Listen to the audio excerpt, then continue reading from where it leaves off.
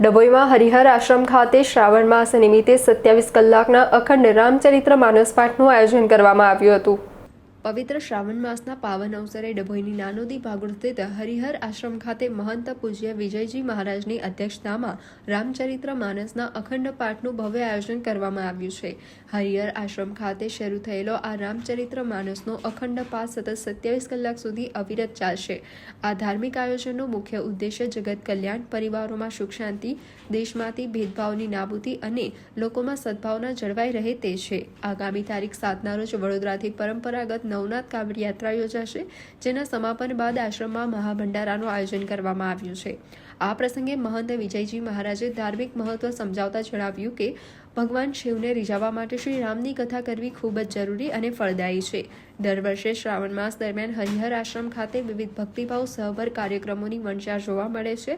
આજના આ કથા શ્રવણ અને દર્શનનો લાભ લેવા માટે સમગ્ર ડભોઈ તાલુકામાંથી મોટી સંખ્યામાં શ્રદ્ધાળુઓ આશ્રમ ખાતે ઉમટી પડ્યા હતા। વધુમાં મહંત વિજયજી મહારાજે આગામી તારીખ 7ના રોજ વડોદરાથી શરૂ થનારી નવનાથ કાવડ યાત્રામાં મોટી સંખ્યામાં શિવ ભક્તોએ ઉત્સાહભેર જોડાવા માટે અપીલ કરી છે।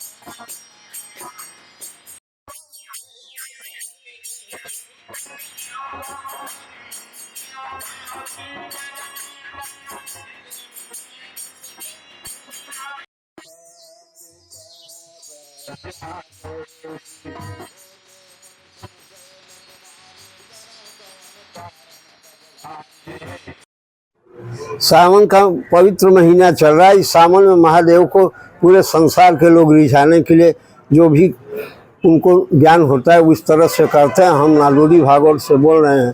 यहाँ हर साल 27 बरस से प्रोग्राम होता है। पहले हम यहाँ कांवड़ निकालते हैं, पूरे गांव में महादेव को जलाभिषेक करते हैं नर्मदा नीर से। उसके बाद रामचरितमानस का पाठ करते हैं। इसमें राकेश हैं, राकेश के सब लोग हमारे सहयोगी हैं। राकेश के साथ ये सब बड़ौदा से आते हैं। ये 27 से 28 घंटे का प्रोग्राम है। इसलिए रामचरितमानस को कथा इसलिए रखते हैं कि भगवान शिव भगवान राम से बहुत प्रसन्न रहते हैं। इसलिए रामचरितमानस का पाठ करने से भगवान खुश होते हैं। भगवान को रिझाने के लिए पाठ हम करवाते हैं। 27 से 28 घंटा चलता है। ये सावन का महीना जो पवित्र महीना है, ये 12 महीने में इतना अच्छा, इतना पवित्र है कि पूरे देश में जय जयकार हो, हर हर महादेव हो।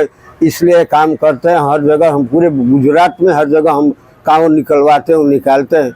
इसलिए भगवान से प्रार्थना करते हैं कि यहाँ पे कोई विपत्ति आपत्ति नहीं आए और हर जात हर नात वाले सुखी रहें और सबको सद्बुद्धि देवे, सब आपस में प्रेम से रहें। इसलिए महादेव को रिझाने के लिए हम ऐसा काम हर साल करते हैं। 27-28 बरस से ऐसा हो रहा है।